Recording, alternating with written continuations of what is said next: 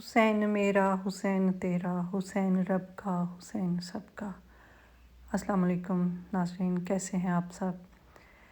आज मैंने कहा आपके साथ कुछ मुहर्रमुल हराम के हवाले से बात हो जाए। तो ये मैंने मुहर्रम के हवाले से ही न्याज़ बनाई थी, तो इसके साथ मैं आपको रेसिपी भी शेयर करूँगी और कुछ मुहर्रम के हवाले से हम बात भी करेंगे। जैसा कि हर साल ही मुहर्रम आता है और गुज़र जाता है। अल्लाह पाक हम सब को मकसद इमाम हुसैन अलैहिस्सलाम समझने की और मार्फत इमाम हुसैन अलैहिस्सलाम की तौफीक अता फरमाए, आमीन। मैंने 1 कप बारले और 1 कप गंदम लेके इनको अलहदा जो है वो भिगो दिया था, और हाफ़ कप चने की दाल, हाफ़ कप मूंग दाल और हाफ़ कप ही मैंने माश की दाल लेके दालों को, और मसूर की दाल भी हाफ़ कप ही थी, साथ में राइस जो हैं चावल वो भी हाफ़ कप थे। तो दालों को मैंने जो है ना वो अलहदा भिगो दिया था। अगर आप ओवरनाइट भिगोएं सबको तो ज़्यादा सही रहता है, और नहीं तो 5-6 घंटे के लिए आप इन सब चीज़ों को भिगो दें। 1 कप घी का लेके उसमें मैंने तमाम गरम मसाले जो हैं वो डाल दिए थे, और साथ ही 2 अदद प्याज लेके उन्हें काट के तो डाल दिया। ये हम गोश्त का जो है ना वो कोरमा बनाएंगे।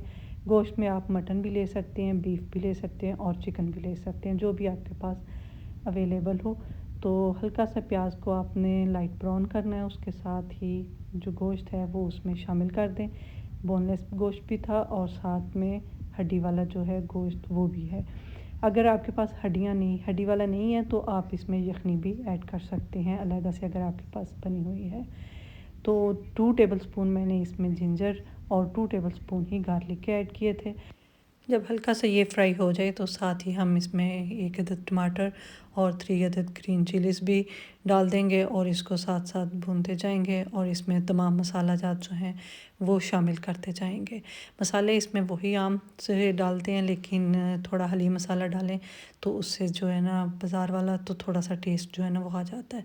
1 टेबलस्पून नमक, 2 टेबलस्पून जो है वो रेड चिलीज़, और 2 टीस्पून मैंने इसमें हल्दी के ऐड किए, और साथ ही मैंने इसके 2 टेबलस्पून जो है ना वो हलीम मसाला ऐड करके इसे अच्छी तरह जो है ना वो भून लिया। जब इसका अच्छी तरह पानी खुश्क हो गया और घी निकल आया, तो फिर मैंने 2 टेबलस्पून इसमें जो हैं वो योगर्ट के डाले, और इसे अच्छी तरह आप मिक्स करें। और इसमें आपने इतना पानी ऐड करना है कि ये गोश्त जो है ना वो गल भी जाए, और इसमें थोड़ा सा शोरबा जो है ना वो ज़्यादा बन जाए, क्योंकि वही शोरबा जो है ना वो हम ऐड करेंगे। और ये थोड़ा सा आपने ऊपर से जब गोश्त गल जाए तो इसमें से आपने जो ऊपर घी है वो उतार लेना है, ताकि जब हम दोबारा इसको सर्व करें तो वो इसके ऊपर हम डाल लेंगे। शोरबे में से गोश्त जो है वो अलहदा रहने कर लेंगे, और हड्डियाँ जो हैं वो उसी में रहने देंगे। और सबसे पहले मैंने इसमें गंदम और जौ जो हैं वो डाले हैं, उनको थोड़ी देर कुकर में पकाया है, और फिर बाद में उसमें जो दालें हैं वो मिक्स की हैं, क्योंकि अगर इकट्ठे ही करेंगे तो दालें वो नीचे लगने का ख़तरा होता है। इसमें भी 1 टेबलस्पून नमक का और 2 टीस्पून मैंने हल्दी के डाले। इससे जो है ना वो कलर जो है वो अच्छा आ जाता है। बाज़ार वाले तो इसमें डालते हैं कलर वगैरह, लेकिन घर में बनी हुई का यही फ़ायदा है कि इसमें आप कोई भी इस तरह की चीज़ नहीं डालते। और दालों को भी आपने अच्छा खासा पानी डालकर फिर बॉईल करना है, ताकि वो अच्छी तरह गल जाएं।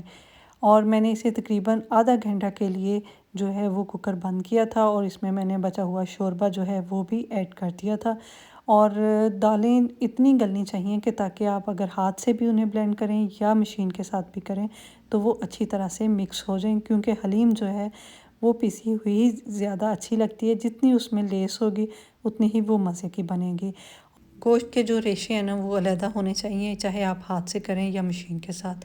दालों को ग्राइंड करके फिर मैंने गोश्त में जो है उसे मिक्स कर लिया, और उसमें जो शोरबा था वो भी इसमें ऐड कर दिया। अब हमने इसे इतना पकाना है कि ये अच्छी तरह से पक पक के जो है ना वो सही लेसदार जो हलीम बने। तो अभी थोड़ी कसर रह गई थी, तो मैंने दोबारा फिर इसमें मशीन जो है ना उसके साथ उसको को अच्छी तरह से ब्लेंड कर लिया है, और इसे हम अब इतनी देर पकाएंगे कि ये सब अच्छी तरह से सब दालें जो है ना वो मिक्स हो जाएं। तो टाइम तो काफ़ी लगता है, लेकिन अगर आप कुकर का इस्तेमाल करें तो जल्दी भी हो जाती है, लेकिन फिर भी इतनी जल्दी नहीं होती कि हलीम जल्दी से पक जाए। हलीम जितनी ज़्यादा पकेगी उतनी ही मज़े की बनेगी। कुछ लोग हलीम को दोबारा तड़का लगाते हैं और कुछ नहीं भी लगाते, ये आपकी पसंद पे और आपके टाइम पे डिपेंड करता है। तो प्याज आप गार्निश के लिए अलहदा से ब्राउन कर लें और उसी में से तड़का लगा लें। मैंने इसका घी जो है वो थोड़ा सा निकाल लिया था, ताकि क्योंकि पहले ही काफ़ी सारा मैंने उसमें ऐड किया हुआ था और गोश्त भी थोड़ा सा जो है ना वो फैट वाला ही था। प्याज जो है वो आप निकाल लें ताकि हलीम जब सर्व करें तो उसके ऊपर डाल सकें। ये थोड़े सा प्याज में मैंने रेड चिली और ग्रीन चिली और ज़ीरे का जो है ना वो हल्का सा तड़का जो वो तैयार किया और हलीम के ऊपर जो है ना वो इसे डाला, तो बड़ा अच्छा सा इसका भी टेस्ट जो है ना वो आ रहा था। तो ये हलीम हमारी जो है वो तैयार हो चुकी है। तो अब इसमें मैं तड़का ऐड करूँगी, साथ धनिया और जो भी मसाला, थोड़ा सा चाट मसाला या हलीम मसाला और आप ऐड करना चाहें। नमक मिर्च आप अपनी पसंद के मुताबिक जो है ना वो रख सकते हैं। हलीम माशाल्लाह से तैयार है।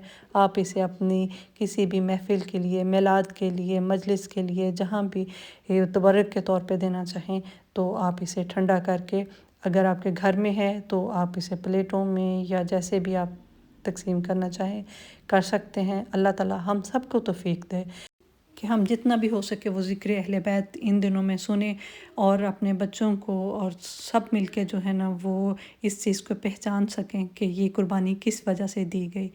और आजकल जैसा कि आप सब जानते हैं कि सोशल मीडिया का दौर है और हर चीज़ की ख़बर इधर उधर से बहुत ज़्यादा मिलती हैं।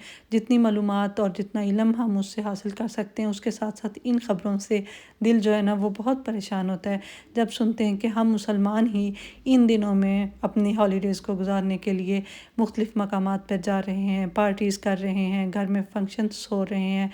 तो दिल जो है ना वो बहुत दुखी होता है। अल्लाह मियाँ हम सब को हिदायत नसीब फरमाए और मकसद इमाम हुसैन अलैहिस्सलाम की पहचान अता फरमाए।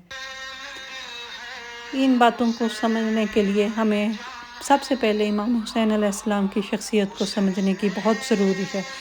जब हम वो समझ जाएंगे तो मेरा ख़्याल है कि फिर इस तरह के काम जो है ना वो नहीं होंगे और अल्लाह ताला सबको अच्छे मुसलमान बनने की तौफ़ीक अता फ़रमाए और इमाम हुसैन अलैहिस्सलाम को कम अज़ कम तफ़र्क़ों में मत बाँटें। हुसैन सबका, हुसैन रब का, हुसैन सबका। करबला के प्यासों की जो शहादत थी वो दीन इस्लाम की ही खातिर थी। रोज़े आशूर इमाम हुसैन अलैहिस्सलाम ने कहा था, हल मिन नासिर यंसुरना। तो ये आज के दौर के लिए भी इमाम की आवाज़ है कि जब भी यज़ीदियत उठ खड़ी हो तो आपको हक़ व बातिल की पहचान अता हो और हक़ की पहचान हमें करबला से ही मिलती है। अल्लाह पाक हम सब को उस रास्ते पे चलने की तौफ़ीक अता फ़रमाए और इमाम हुसैन अलैहिस्सलाम का रास्ता अपनाने की तौफ़ीक दे। और हो सकता है आपको मेरी कुछ बातें अच्छी लगें और कुछ ना लगें, लेकिन कमेंट बॉक्स में अपनी राय का ज़रूर इज़हार कीजिएगा। इसके साथ ही मैं आपसे इजाज़त चाहूँगी इस आवाज़ के साथ कि लब्बैक या हुसैन, लब्बैक या हुसैन।